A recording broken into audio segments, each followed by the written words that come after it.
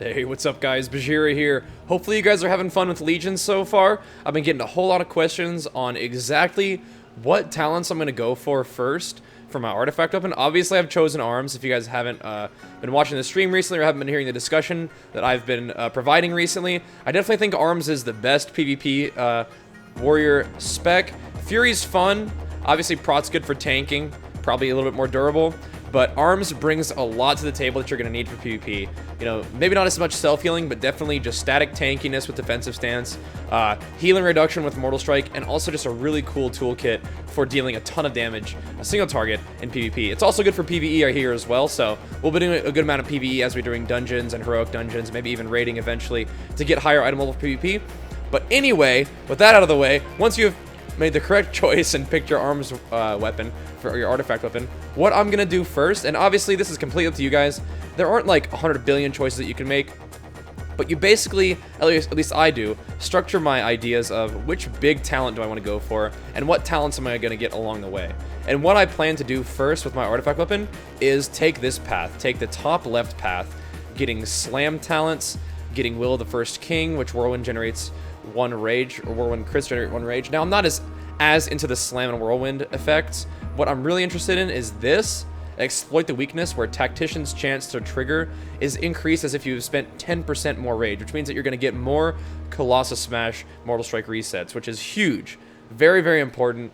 Going to help you deal a lot of damage, especially once you get PvP talents a little bit later on, because you're going to hit 110 with maybe 2 of these nodes gotten, I think. Maybe just 1 of them. But this is mainly the reason why I want to get these talents. But now that I've come this far, I'm going to also go ahead and pick up Shadow Defenses.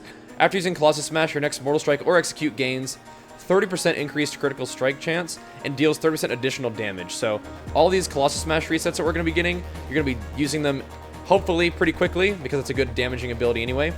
And then you're going to be unleashing a huge Mortal Strike that has an increased chance to crit and does increased damage. I love that so much, but it's really the tactician that I'm interested in, but these two together are especially powerful. After I get the top left, I'm going to go actually back down this way on the slam talent that I've already gotten, and I'm just going to go for tactical advance, which has a heroic leap effect, which is pretty cool. Increases your parry and armor. Not the hugest deal. This, however, is also really nice. Colossus Smash reduces the rage cost of your next Mortal Strike or Execute by 15%, which stacks up to 45, I believe. So that's really, really helpful. And then this is also a huge damaging cooldown. It's the Corrupted Blood of Zakaj. For 5 seconds after Battle Cry, Stromcar radiates Shadow Energy, causing all your attacks to deal an additional 20% damage as Shadow over 6 seconds. There is so much power built into your 1-minute cooldown, it's insane. Because you're going to be able to use this ability, which is going to, obviously do a big damage and apply Colossus Smash and an AoE. Meanwhile, if you're using the Deadly Calm talent for warriors, I'll just go ahead and open that up right now. Deadly Calm is going to make that you can just spend unlimited rage during Deadly Calm, plus this. So on a minute cooldown, you're going to be able to do all of these things, which is just nuts. I love it. Like, that's such a fun way to play a melee arms warrior class. It's just, really consistent, good damage, but then having really, really strong burst every minute. That is, however, if you're playing the Mortal Kombat Opportunity Strikes build. This is a good standard build for warriors. I like Opportunity Strikes a lot. The fact that they made Hamstring not proc Opportunity Strikes is kind of a nerf, but the other thing about this is, remember that spec that I was telling you guys about, the Pain Train build, where you take Focused Rage, Anger Management, and then Pain Train to make your Battle Cry even shorter cooldown?